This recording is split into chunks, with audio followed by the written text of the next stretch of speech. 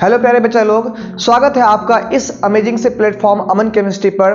तो आज के इस वीडियो में हम लोग जो है क्लास 12 के 2024 और 25 का जो सेशन है तो उसमें हम लोग केमिस्ट्री के सिलेबस को डिस्कस करने वाले हैं कि इस साल हमारी केमिस्ट्री में हमें क्या सब पढ़ाई करनी है। तो प्यारे बच्चों, आप लोग का सबसे पहले तो दिल से इस बात का स्वागत कि आप लोग क्लास 11 से क्लास 12 में आ गए।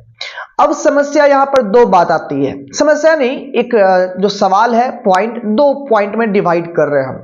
एक वो बच्चे इसमें से है जो 11th कंप्लीटली कवर्ड किए हैं, जाहिर सी बात है वो बहुत ही अच्छा परफॉर्म करने वाले हैं हमारे क्लास 12th में।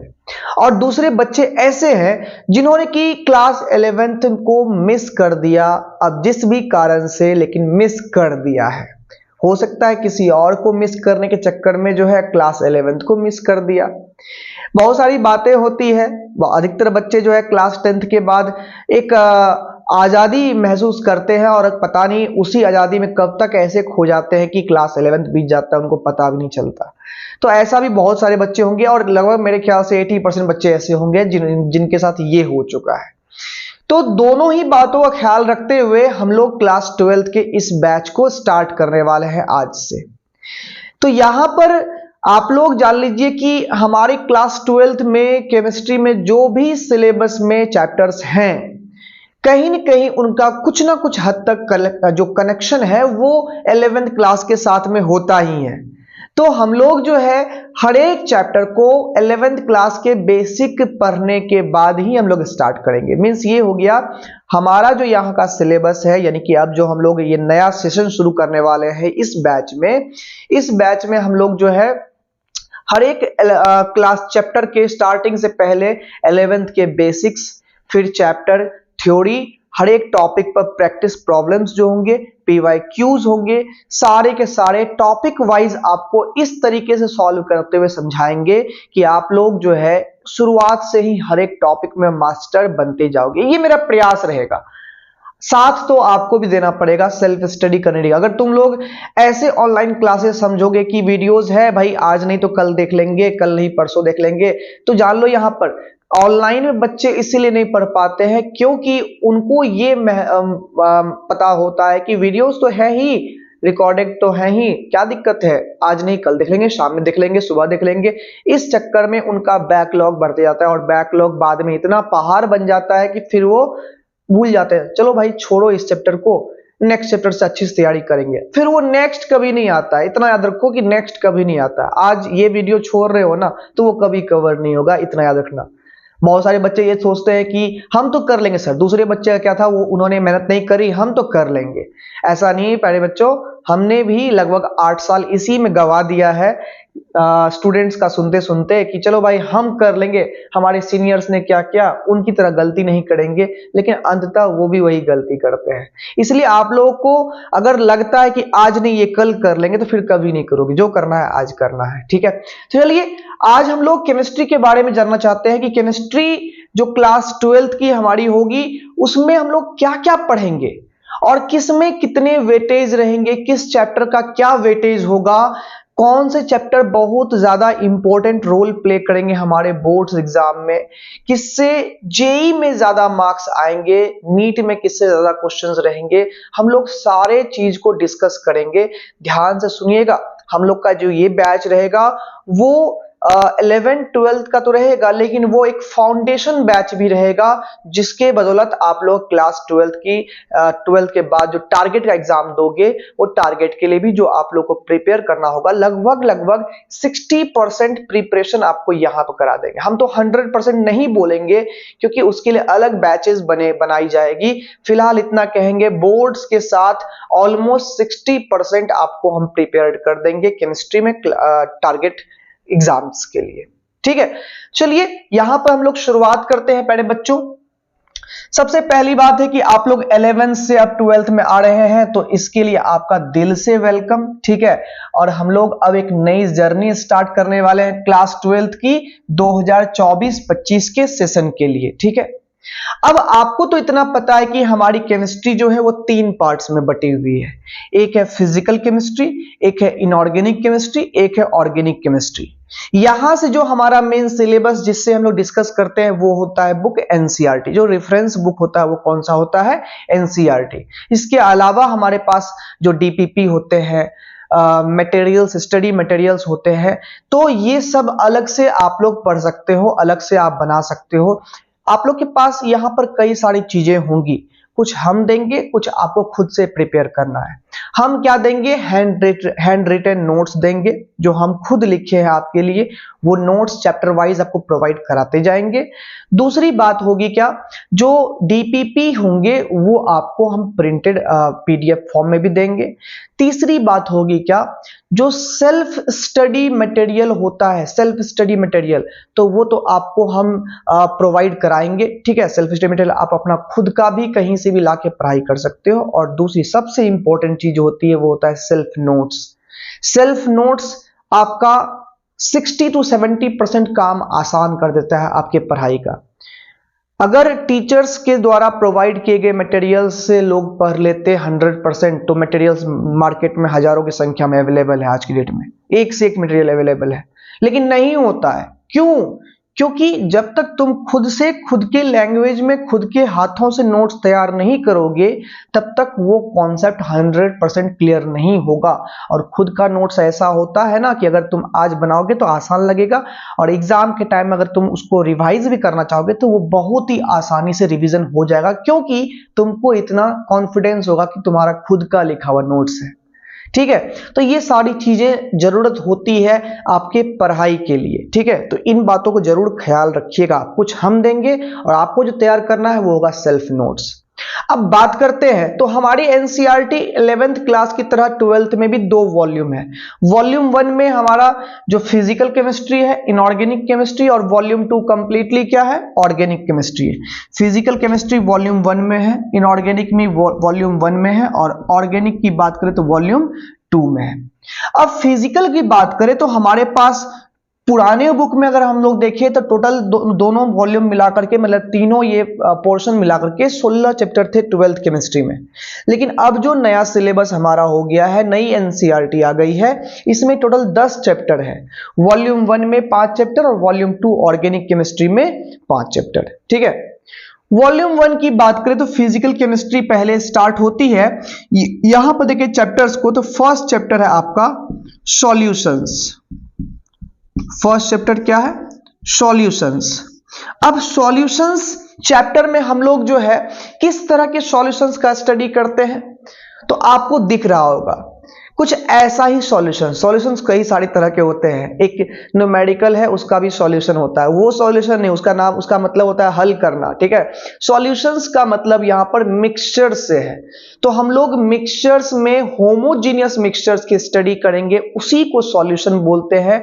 और इस चैप्टर में खास करके लिक्विड सॉल्यूशंस की बात करनी होगी, कंप्लीटली पढ़नी है हमें लिक्विड सॉल्यूशंस की, उसकी प्रॉपर्टीज, उनके कंपोनेंट, उनके कंसेंट्रेशंस, सॉलिबिलिटी, कॉलिगेटिव प्रॉपर्टीज, ये सारे टॉपिक्स इसमें कवर करने हैं। फिजिकल केमिस्ट्री में 3 चैप्टर है, तीनों में सबसे ज्यादा जो न्यूमेरिकल पोर्शन का जो टॉपिक है वो सॉल्यूशंस ही होता है। हालांकि आपके बोर्ड एग्जाम्स की अगर बात करेंगे तो पूरी केमिस्ट्री के हर एक चैप्टर से ज्यादा मार्क्स होता है सेकेंड चैप्टर में। सेकेंड चैप्टर जिसका नाम है इलेक्ट्रोकेमिस्ट्री। इलेक्ट्रोकेमिस्ट्री मार्किंग हम बताएंगे कि इसमें कितना मार्क्स है। फिलहाल देखो यहां पर मोस्ट जो वेटेज वाला चैप्टर जो है वो है आपका इलेक्ट्रोकेमिस्ट्री, जिसमें हम लोग इलेक्ट्रोलाइसिस के बारे में पढ़ेंगे, बैटरी यानी सेल के बारे में पढ़ेंगे, उनके अंदर में होने वाले रिएक्शंस के बारे में पढ़ेंगे, ढेर सारी जो एनर्जीज होती है उनके कन्वर्जन के बारे में पढ़ेंगे। मींस थर्मोडायनामिक्स जो 11th क्लास में आप लोगों ने देखा है उसमें हम लोग एनर्जी की बात करते हैं। ये भी चैप्टर एनर्जी का ही है, केवल यहां पर हम लोग का लिमिटेशन ये है कि हम लोग इलेक्ट्रिकल के और केमिकल एनर्जी के बीच में इंटर रिलेशनशिप के बारे में पढ़ेंगे कि केमिकल एनर्जी को इलेक्ट्रिकल एनर्जी में कैसे कन्वर्ट करें और इलेक्ट्रिकल एनर्जी को केमिकल एनर्जी में कैसे कन्वर्ट करते हैं। इसी के कन्वर्जन में आप लोग जो मोबाइल में बैटरी देखते हो या फिर आपके घर में इन्वर्टर है उसमें जो बैटरी है उसका काम क्या होता है, हम लोग डालते हैं इलेक्ट्रिसिटी, तो इलेक्ट्रिकल एनर्जी हमने डाला, बैटरी में स्टोर्ड हुआ केमिकल एनर्जी के फॉर्म में, हमने कहा बैटरी चार्ज हो गया, फिर लाइट चली गई, अब वो बैटरी करंट दे रहा है, तो बैटरी में है कौन सी एनर्जी, केमिकल एनर्जी है, वो कन्वर्ट किस में हो रही है, इलेक्ट्रिकल एनर्जी में हो रही है। तो इस पूरे प्रोसेस में क्या रोल हो रहा है केमिकल चेंजेस का, केमिकल रिएक्शंस किस तरह के हो रहे हैं, इन्हीं बातों को कंप्लीटली हमें पढ़ना है किसमें, इलेक्ट्रोकेमिस्ट्री में। ठीक है, जो सबसे ज्यादा वेटेज वाला चैप्टर है सीबीएसई बोर्ड्स के लिए। ठीक है, नंबर 3 की बात करें, ये आपके फिजिकल का लास्ट टॉपिक है जिसका नाम है केमिकल काइनेटिक्स। केमिकल काइनेटिक्स ये एक बहुत ही ज्यादा प्योर मैथमेटिकल चैप्टर है केमिस्ट्री का। केमिस्ट्री में अगर आपको ज्यादा मैथमेटिक्स मिलेगा तो वो इसी में मिलेगा। इसमें हम लोग पढ़ेंगे क्या, इसमें हम लोग केमिकल रिएक्शंस की स्पीड के बारे में जानेंगे कि कौन सा केमिकल रिएक्शन फास्ट होता है या कौन सा स्लो होता है, कैसे प्रेडिक्ट करें कि कौन सा रिएक्शन फास्ट होगा या स्लो होगा, रिएक्शंस की रेट क्या होती है, रेट इक्वेशंस क्या होते हैं, रेट लॉ क्या होता है। ठीक है, रिएक्शन का रेट किन किन बातों पर इफेक्ट करता है, यानी कि कौन कौन सी चीजों पर डिपेंड करता है। ठीक है, जैसे देखते हो ना चाय बनाते हैं हम लोग, टेम्परेचर बढ़ाते हैं, चाय बनने का प्रोसेस जो है फास्ट हो जाता है। कुछ रिएक्शंस ऐसे होते हैं जो टेम्परेचर बढ़ाने से फास्ट हो जाते हैं, कुछ ऐसे होते हैं जो स्लो हो जाते हैं। ठीक है, तो हम कह सकते हैं कि चाय बनने का प्रोसेस टेम्परेचर पर डिपेंड कर रहा है, टेम्परेचर पर चाय बनने का रेट जो है यानी स्पीड जो है वो डिपेंड कर रहा है। तो यहां पर एक फैक्टर हुआ टेम्परेचर। उसी तरह से कोई भी केमिकल रिएक्शन किन किन बातों पर डिपेंड करती है ये सब पढ़ेंगे। मैंने कि ये chapter overall about rate of reaction पर है। ठीक है, rate and mechanism of reaction पर है। ठीक है, अब ध्यान दो, तो फिजिकल केमिस्ट्री का ये 3 चैप्टर अब हमारे सिलेबस में है। ठीक है, इनऑर्गेनिक की बात करें तो इसमें 2 चैप्टर है, यानी चैप्टर 4 और चैप्टर 5। चैप्टर 4 में हमारा है D and F block elements, D and F block elements. ठीक है, अब आपको कहने की जरूरत नहीं है, फिलहाल हमारे पीरियोडिक टेबल में 4 ब्लॉक में एलिमेंट्स को क्लासिफाई किया गया है, S block, P block, D block और एफ ब्लॉक। तो एस ब्लॉक क्लास 11th के सिलेबस में था। पी ब्लॉक जो है उसमें ग्रुप नंबर 13 से ग्रुप नंबर 18 तक पीरियोडिक टेबल का स्टडी किया जाता है ना। तो ग्रुप 13 और 14 क्लास 11 में था, 15 से लेकर के 18 तक क्लास 12 में पी ब्लॉक में था, लेकिन ओल्ड बुक में। न्यू सिलेबस में पी ब्लॉक रिड्यूस्ड है। अब बात कर लेते हैं हमारे, तो ये जो पी ब्लॉक तुम देख रहे हो, हालांकि एक बात है, पी ब्लॉक का जो सिलेबस है वो जेई से आपका जो है रिडक्शन उसका नहीं हो रहा है। ठीक है, उसमें क्वेश्चन आ रहे हैं। ठीक है, लेकिन बोर्ड्स की बात करें तो एनसीईआरटी में अब ये पी ब्लॉक नहीं है। ठीक है, तो डी एंड एफ ब्लॉक बचता है। डी ब्लॉक जिसको आप लोग ट्रांजिशन एलिमेंट्स का घर भी कहते हैं, एफ ब्लॉक जिसको आप लोग इनर ट्रांजिशन एलिमेंट्स भी बोलते हैं। तो ये 2 तरह के एलिमेंट्स का स्टडी हम लोग करना है। क्या क्या करनी है, तो वही जो पीरियोडिक टेबल में आपने जो पीरियोडिक प्रॉपर्टीज पढ़े, आयनिक एंड एटॉमिक रेडाई पढ़ा आपने, इलेक्ट्रोनेगेटिविटी, इलेक्ट्रॉन गेन एंथैल्पी, है ना, ये सारी प्रॉपर्टीज जो होती है, मेटालिक कैरेक्टर, ऑक्सीडेशन स्टेट्स, ये सब जो है, और इनका वेरिएशन कैसे होते रहता है पूरे पीरियोडिक टेबल में, कैसे ये बदलते रहता है। तो ये सबसे ज्यादा ट्रिकी जो होता है वो होता है डी और एफ ब्लॉक का। बड़ी कॉम्प्लेक्स टॉपिक होता है। ठीक है, पीरियोडिक टेबल का अगर कॉम्प्लेक्स टॉपिक कहो तो डी एंड एफ ब्लॉक ही होता है। तो प्यारे बच्चों, यहां पर हम लोग को पीरियोडिक टेबल के डी एंड एफ ब्लॉक की स्टडी करनी है, उनके एलिमेंट्स की हर एक प्रॉपर्टी स्टडी करनी है। साथ ही साथ डी ब्लॉक में अंतिम में आपको पोटेशियम डाइक्रोमेट और पोटेशियम परमैंगनेट के प्रिपरेशन और प्रॉपर्टीज का भी स्टडी करना है। ठीक है ना, पोटेशियम परमैंगनेट और पोटेशियम डाइक्रोमेट, ये 2 टॉपिक आपके सिलेबस में है। ठीक है, अब ध्यान से सुनो, 5वां चैप्टर जो है वो है हमारा कोऑर्डिनेशन कंपाउंड्स। कोऑर्डिनेशन कंपाउंड्स, ये हमारा 5वां चैप्टर है। तो कोऑर्डिनेशन कंपाउंड्स को अगर हम बोले तो ये केमिकल बॉन्डिंग जो क्लास 11th में था उसका ये पार्ट 2 है। केमिकल बॉन्डिंग पार्ट 2 है ये, ठीक है। मींस कोऑर्डिनेशन कंपाउंड्स, जैसे आप लोग केमिकल बॉन्डिंग में आयनिक बॉन्ड के बारे में पढ़े, कोवेलेंट बॉन्ड के बारे में पढ़े, मॉलिक्यूलर ऑर्बिटल थ्योरी पढ़ा, वैलेंस बॉन्ड थ्योरी पढ़ा, तो वहां पर हम लोग कोवेलेंट बॉन्ड के लिए पढ़ रहे थे। वहीं पर कोऑर्डिनेट बॉन्ड का थोड़ा बहुत एलिमेंट्री आइडिया हमने लिया था। बट इस चैप्टर में कोऑर्डिनेट बॉन्ड के साथ साथ हम लोग कोऑर्डिनेशन कंपाउंड्स की स्टडी करेंगे। कोऑर्डिनेशन कंपाउंड किस किस तरह के होते हैं, उनका स्ट्रक्चर कैसा होता है, उनके नाम कैसे हम लोग लिखते हैं, किसी भी कंपाउंड का नोमेनक्लेचर कैसे करते हैं। जैसे ऑर्गेनिक केमिस्ट्री में आप लोगों ने आईयूपीएसी नेमिंग पढ़ा है ना, वैसे ही कोऑर्डिनेशन कंपाउंड में भी आईयूपीएसी नेमिंग पढ़ोगे, आइसोमेरिज्म पढ़ोगे, बैलेंस बॉन्ड थ्योरी यहां भी आएगा। यहां पर मॉलिक्यूलर ऑर्बिटल थ्योरी नहीं आएगा, यहां पर आएगा क्रिस्टल फील्ड थ्योरी आएगा। यहां पर CFT हम लोग पढ़ेंगे, VVT पढ़ेंगे। तो ये सारे टॉपिक्स यहां पर हम लोग पढ़ने वाले हैं। तो केमिकल बॉन्डिंग का पार्ट 2 समझ लो इस चैप्टर को, ठीक है। इसको पढ़ने से पहले हम जरूर कहेंगे केमिकल बॉन्डिंग पढ़ना है, एक बार रिवीजन कर लेना है वन शॉट, ठीक है। तो ये हमारा जो 5 चैप्टर है वो है हमारे वॉल्यूम 1 में, जिसमें फिजिकल और इनऑर्गेनिक केमिस्ट्री है। अब बात करें ऑर्गेनिक केमिस्ट्री की, तो ऑर्गेनिक केमिस्ट्री में हमारे पास जो है 5 चैप्टर्स हैं। लेकिन आप लोग को पता होना चाहिए कि क्लास 11th ऑर्गेनिक केमिस्ट्री ऐसा होता है ना कि क्लास 11th में आपने पढ़ा, फिर क्लास 12th आपने फिजिकल से शुरू किया, इनऑर्गेनिक से शुरू किया, ऐसा। और ऑर्गेनिक जब आप पढ़ने जाएंगे तो वहां पर आपको डेफिनेटली बेसिक ऑर्गेनिक केमिस्ट्री और जनरल ऑर्गेनिक केमिस्ट्री GOC आप लोग को डेफिनेटली पढ़ना ही पड़ेगा। उसके पढ़ने के बाद ही आप लोग ऑर्गेनिक स्टार्ट कर सकते हैं। बीच में ब्रेकआउट करके जब स्टार्ट करोगे ना 12th का डायरेक्ट बुक से ना, तो कुछ भी पल्ले नहीं पड़ेगा। इसलिए ऑर्गेनिक जब भी पढ़ाएंगे आपको हम, तो ऑर्गेनिक में आपको पहला जो है बेसिक ऑर्गेनिक केमिस्ट्री और जनरल ऑर्गेनिक केमिस्ट्री मैंने रिएक्शन मैकेनिज्म का कंप्लीटली आपको स्टडी कराएंगे। कंप्लीटली स्टडी रिवीजन करने के बाद ही हम लोग चैप्टर में स्टार्ट करेंगे। और यहां पर चैप्टर नंबर 6 आपका स्टार्ट होता है, halo alkanes and halo arenes. Halo alkanes and halo arenes. अब कहोगे सर ये क्या है, तो हेलो एल्केन्स और हेलो एडीन्स दोनों ही कंपाउंड्स के कैटेगरी है। जैसे अल्कोहल होता है ना, अल्कोहल बोलने से उसमें मिथेनॉल, इथेनॉल, प्रोपेनॉल, ब्यूटेनॉल, ढेर सारे करोड़ों अल्कोहल्स आते हैं।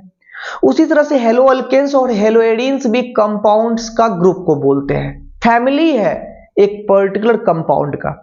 हम लोग को क्या पढ़ना है, हम लोग को यहां से लेकर के जो 4 चैप्टर होगा वो GOC से ही रिलेटेड चैप्टर होगा। 4 चैप्टर अमाइंस तक, तो वो 4 चैप्टर में बस एक ही बात पढ़नी है। दिया हुआ रहेगा हेडलाइन में कोई न कोई कंपाउंड की फैमिली का नाम हमें पढ़ना है। इन कंपाउंड्स का इंट्रोडक्शन, मतलब इन कंपाउंड के स्ट्रक्चर कैसे होते हैं, नाम क्या क्या होता है, आइसोमेरिज्म क्या क्या होती है, ठीक है। फिर पढ़ना है प्रिपरेशंस कैसे होती है, मतलब कि इन कंपाउंड्स को लैब में कैसे प्रिपेयर किया जाता है किसी दूसरे कंपाउंड की हेल्प से। जब ये प्रिपेयर हो जाता है तो इनकी फिजिकल प्रॉपर्टीज क्या होती है, मींस इनका बॉइलिंग पॉइंट क्या होता है, मेल्टिंग पॉइंट क्या होता है, फेज क्या होता है, स्टेट है ना, सॉलिड है कि लिक्विड है, गैस है, सॉल्युबिलिटी कितनी होती है, इसकी डेंसिटी कितनी होती है। तो ये सभी कौन सी प्रॉपर्टीज में आती है, फिजिकल प्रॉपर्टीज में। तो इनकी फिजिकल प्रॉपर्टीज पढ़ेंगे।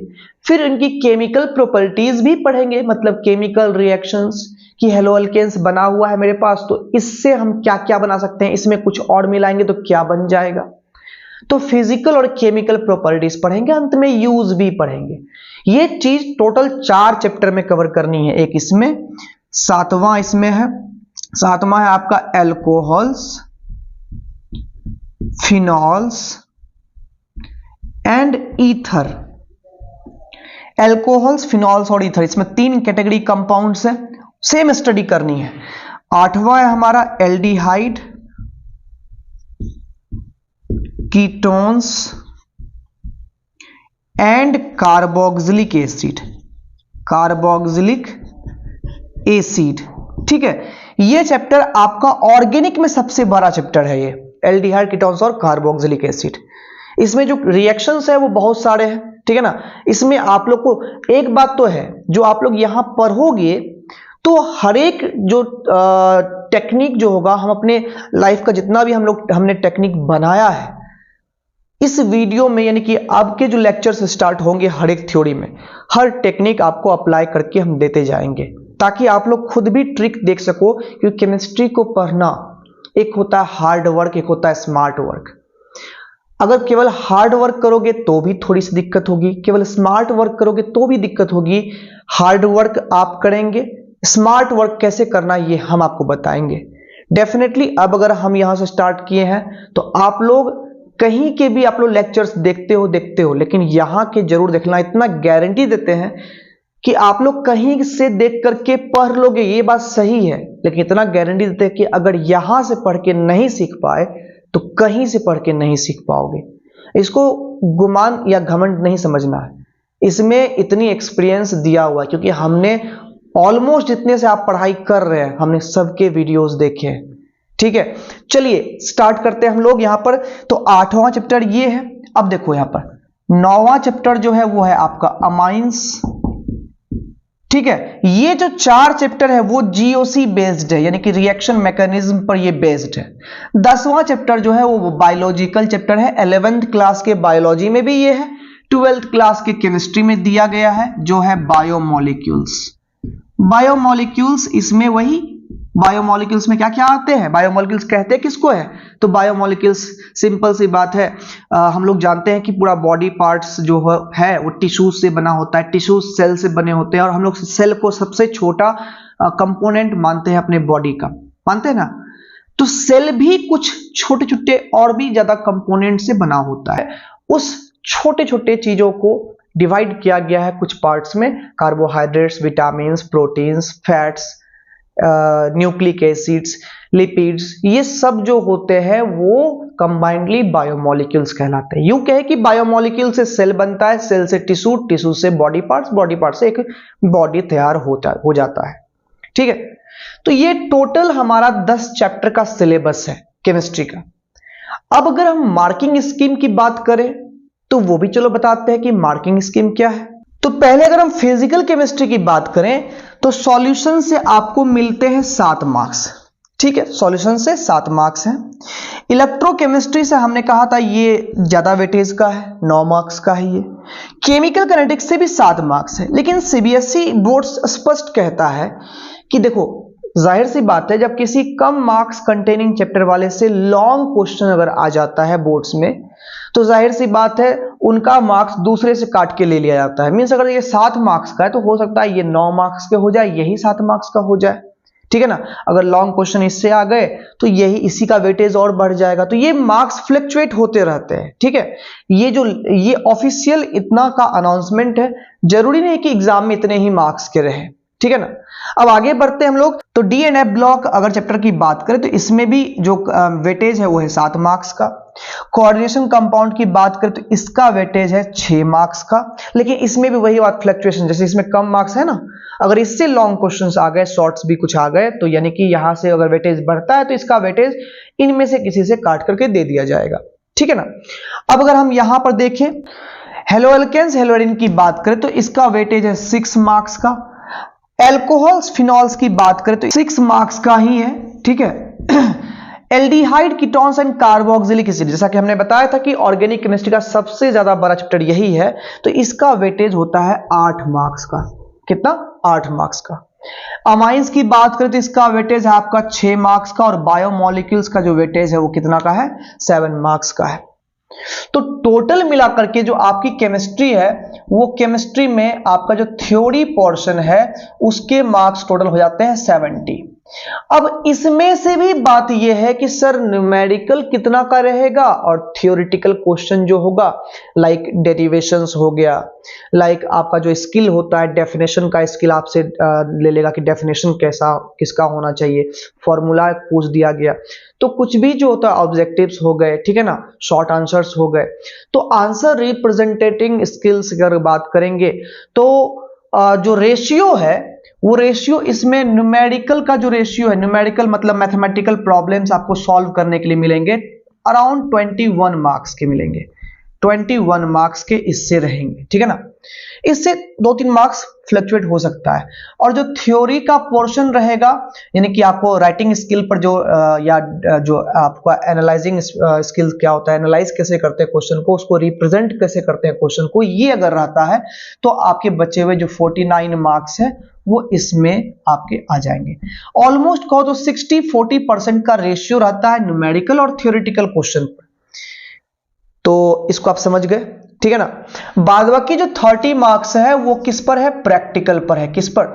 30 मार्क्स जो आपको मिलेंगे वो किससे मिलेंगे, प्रैक्टिकल से मिलेंगे। जो प्रैक्टिकल आपका कई बातों पर डिपेंड करेगा। एक तो आपका जो एक्सपेरिमेंट पर जो थीसिस होगा उसका राइटिंग स्किल पर रहेगा, वाइवा होगा, एक्सपेरिमेंट होगा, इन सब में ये मार्क्स बटा हुआ रहता है, 30 मार्क्स बटा हुआ रहता है। खैर तो वो कॉलेज का काम है, कॉलेज में जो बात रियलिटी है कि कितने आप खर्च करते हो, कितने आप टीचर के मन को भा लेते हो, ठीक है, इन पर ये 30 मार्क्स डिपेंड करता है। आपका कॉलेज कौन सा है, कितनी सेटिंग है कॉलेज में, माफ करिएगा, ठीक है ना। लेकिन वही बात है कि जो है 30 मार्क्स जो है उसी पर डिपेंड करता है, लेकिन 70 मार्क्स जो है वो आपकी स्किल पर डिपेंड करता है, ठीक है ना। तो हमें जो तैयारी करनी है वो आपके मार्क्स के लिए, उनके मार्क्स को तो उनको रहने संभालने दो, ठीक है। तो आपका जो अगला क्लास होगा वहां से हम लोग चैप्टर की स्टार्ट करेंगे, चैप्टर की स्टार्टिंग वहीं से होगी। हम लोग का जो फर्स्ट चैप्टर होगा वो सॉल्यूशन से स्टार्ट होगा। अभी हमने बस एक इंट्रोडक्शन दिया है कि किसमें क्या पढ़ना है।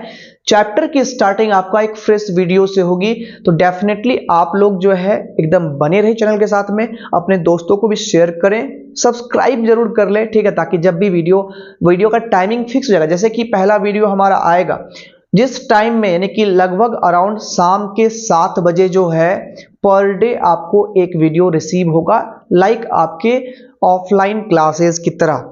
आपको कॉपी कलम लेके बैठना है, बुक्स लेके बैठना है, ठीक है। हम एनसीईआरटी के कुछ लाइंस भी आपको हम हाईलाइट करवाते जाएंगे, तो डेफिनेटली आप हाइलाइटर भी लेके बैठिएगा, रिवीजन भी करिएगा, ठीक है। और आपके डाउट सॉल्विंग का भी वहां पर हम इंतजाम कर देंगे कि डाउट आपका सॉल्व कैसे किया जाए, ठीक है ना।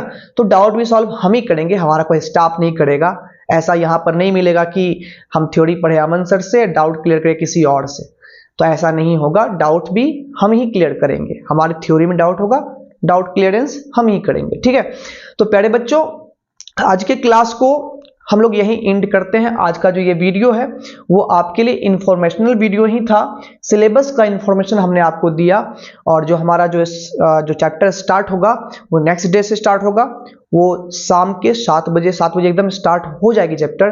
तो आप लोग डेफिनेटली एकदम तैयार रहिएगा स्टार्ट करने के लिए। तो हम आप मिल करके स्टार्ट करेंगे, let's begin the new journey, ठीक है।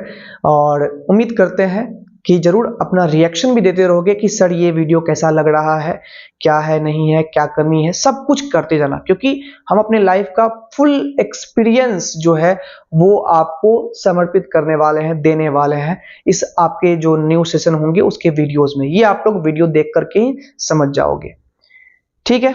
मिलते हैं, बाय बाय, टेक केयर।